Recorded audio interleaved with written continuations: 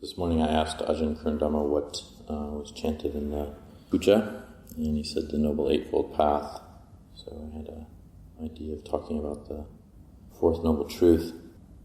But then I find like what's more useful for me is just, whatever is coming alive in the moment. And so that's anicca, dealing with uncertainty and having a sense of a pull of how something should be or shouldn't be, and then plans change. So we heard that there's multiple needs for vehicles and different rides going on, and then we have our main people mover, the van, is actually in town, and we're not sure when that's going to be ready. And then an idea of what certain work project's going to be and what we're going to use and not use. And often with planning comes attachment. That's one of the sort of the insights around why it's so important to not hold so fast to our sense of the future and what's going to happen or how we want something to be. And so this intermingles with this sense of ditthi, of what the Buddha calls views. So we have views and opinions about how something should be or what should be done. And then we have plans for how things are going to be. And this sense of nicca, there's going to be an unchanging sense of how things are going to unfold. And when we're attached to either one of those, then we suffer.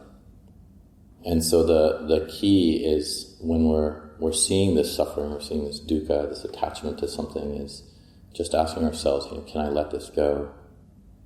And the inverse quality is our attachment to certainty. It's a sense that things should be the way I think they should be, or how they're going to be. The van is going to be ready Wednesday. That's what they told Anagarika Art, so therefore it's going to be ready at least by this afternoon. And this is all just a sort of addiction to creating our own perfect worlds. How something should be, how it's going to be. Deck boards are needed, or what's going on. And the thing about it is it's very sort of creepy within the mind. It kind of creeps in there, our sort of attachment to our stories.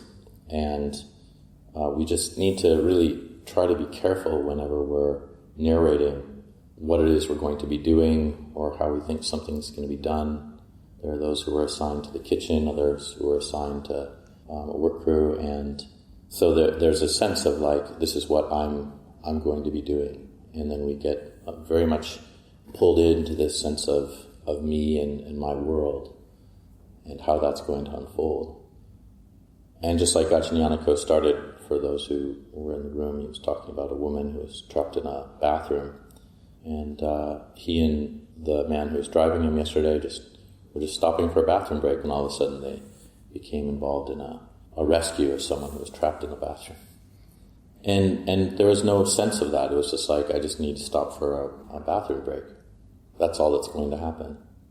And all of a sudden, right within the moment of that beginning, it was, we need some help. There's an emergency.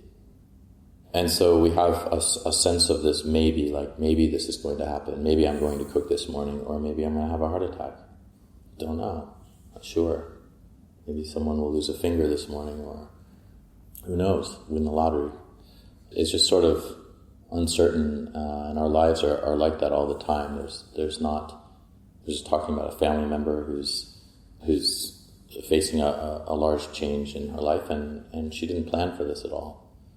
We don't plan for things that are supposed to be permanent. It can be something like our health or marriage or whatever. And then all of a sudden things change very quickly. And what we can use then, this reflection, is just with not these grander things that we have plans for, but just every kind of thing that we're going to do, whether it's even just walking, not being sure like I'm going to go to the kitchen, somebody interrupts us and says, I need help with the garbage, or instead, you're not going to be doing this today, you're going to be doing that today. And so this is a reflection we can use as many times as we have plans, just to ask ourselves, am I okay if that changes? Am I all right if I'm actually not doing this when I was supposed to do that? Or if my opinion about how something is done is let go of. That it's just not something that I have to cling to, because even though I think it might be that way, then there might be someone who has a different opinion.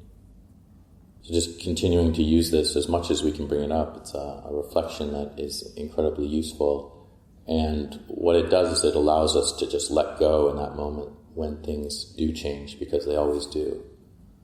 And we can really see in real time when we're rehearsing that, we're kind of going over it, we're using that reflection over and over again, how useful it is, because then we can really teach ourselves to let go when we've become addicted to our creations of what should be.